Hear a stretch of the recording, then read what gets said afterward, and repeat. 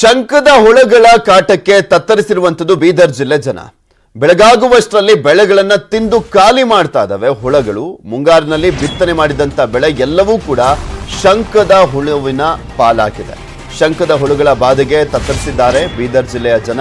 ಬೆಳಗಾಗುವಷ್ಟರಲ್ಲಿ ಬೆಳೆಗಳನ್ನ ತಿಂದು ಖಾಲಿ ಮಾಡ್ತಾ ಇದ್ದಾವೆ ಈ ಶಂಕದ ಹುಳುಗಳು. ಮುಂಗಾರಿನಲ್ಲಿ ಬಿತ್ತನೆ ಮಾಡಿದಂತ ಬೆಳೆ ಎಲ್ಲವೂ ಕೂಡ ಸಂಪೂರ್ಣವಾಗಿ ನಾಶವಾಗುವತ್ತ ಹೋಗ್ತಾ ಇರುವಂಥದ್ದು. ಬಸವನ ಹುಳಗಳು ಕಾಟದಿಂದ ಜಿಲ್ಲೆಯಲ್ಲಿ 10,000 ಹೆಕ್ಟೇರ್ ಬೆಳೆ ನಾಶ ಆಗಿದೆ. ಸೋಯಾಬೀನ್, ತೊಗರಿ, ಹೆಸರು, ಉದ್ದು, ಅವರೆ ಬೆಳೆಗಳು ನಾಶವಾಗಿರುವಂಥದ್ದು. ಕಾಳು ಬೆಳೆಗಳನ್ನು ಜಾಸ್ತಿ ಬೆಳೀತಾರೆ ಆ ಭಾಗದಲ್ಲಿ. ಅದು ಈಗ ಬೀದರ್ನಲ್ಲಿ ಸ್ಪೆಷಲಿ ಈ ಶಂಕದ ಹುಳುಗಳಿಂದ ಆ ಬೆಳೆಯೆಲ್ಲ ನಾಶ ಆಗ್ತಾ ಇದೆ. ಮೊಳಕೆ ಹೊಡೆದು ಎಲೆಗಳು ಬಿಡುವಷ್ಟರಲ್ಲಿ ಈ ಶಂಕದ ಹುಳುಗಳು ಅದನ್ನ ತಿಂತಾ ಇರುವಂಥದ್ದು. ಪರಿಹಾರ ಕೊಡುವಂತೆ ರೈತರಿಂದ ಸರ್ಕಾರಕ್ಕೆ ಮನವಿಯನ್ನ ಮಾಡಲಾಗಿದೆ. ಬೀದರ್ ಜಿಲ್ಲೆಯಲ್ಲಿ ಭಾಳ ಏನು 10-15 ದಿವಸ ಏನು ಮಳೆಯಾಗಿದೆ.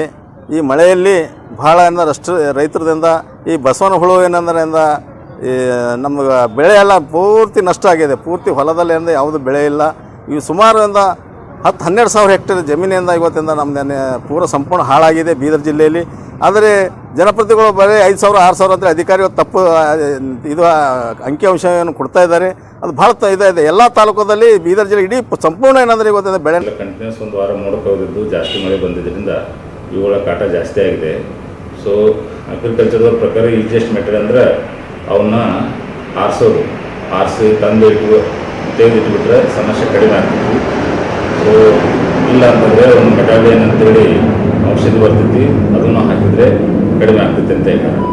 ಬಟ್ ಅಗ್ರಿಕಲ್ಚರ್ ಡಿಪಾರ್ಟ್ಮೆಂಟ್ ಪ್ರಕಾರ ಈಗ 10,000 ಹೆಕ್ಟರ್ದಲ್ಲಿ ಈಗಾಗಲೇ 3,000 ಹೆಕ್ಟರ್ದಲ್ಲಿ ಎಲ್ಲೆಲ್ಲಿ ಬೆಳೆ ನಾಶ ಆಗುತ್ತೆ ಅಲ್ಲಿ ರೈತರು ಈಗಾಗಲೇ ಅದನ್ನು ರೀಸೋಯಿಂಗ್ ಮಾಡಿದ್ದಾರೆ. ಸೊ ಇದು